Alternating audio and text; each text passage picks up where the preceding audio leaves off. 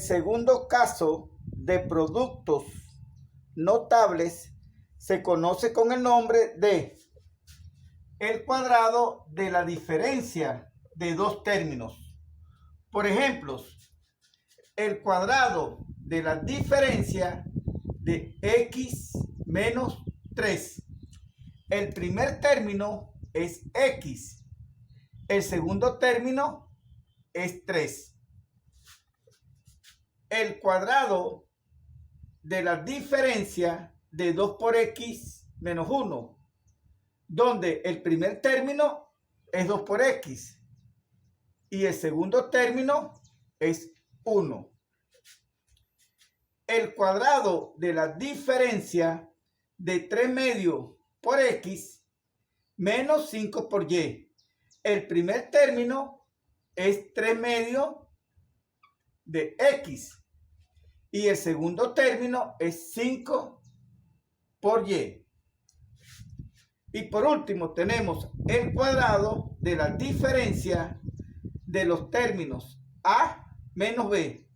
El primer término es a, el segundo término es b. Hallemos una regla para determinar el cuadrado de la diferencia de dos términos sin que sea necesario realizar la multiplicación de polinomios. Hallemos el resultado del cuadrado de la suma de dos términos, a más menos b. El primer término es a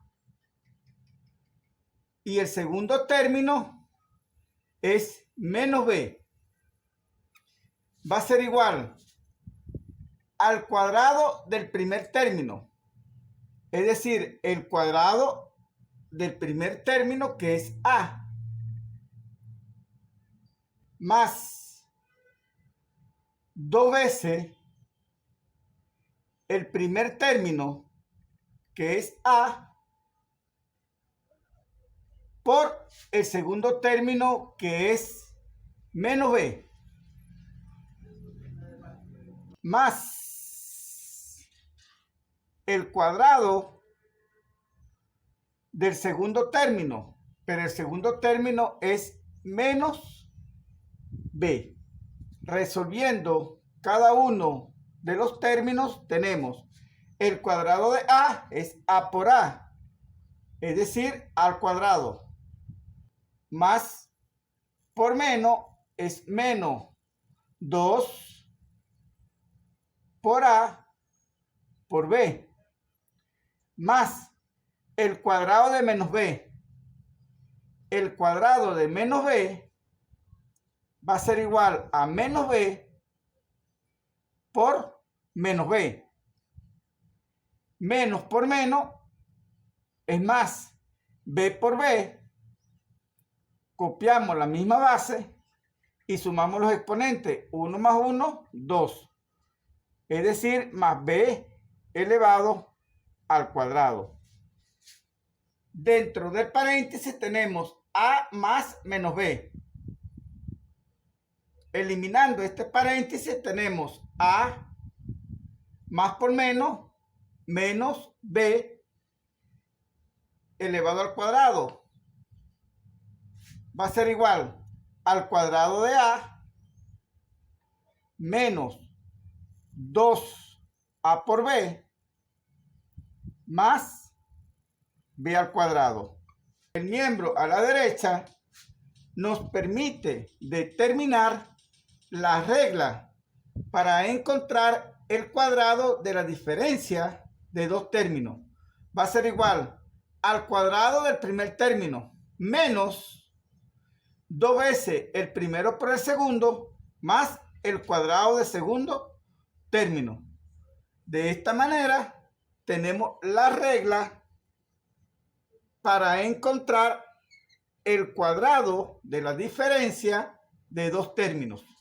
Hallemos el resultado del cuadrado de la diferencia de x menos 3. Identifiquemos el primer término, que es x, y el segundo término, que es 3. el resultado va a tener tres términos. El primero de ellos es el cuadrado de A, pero A es el primer término. Es decir, el cuadrado del primer término, que es X, menos 2 por el primer término, por el segundo término, 2 por el primer término, que es X, por el segundo término, que es 3, más el cuadrado de B, pero B es el segundo término. El segundo término es 3.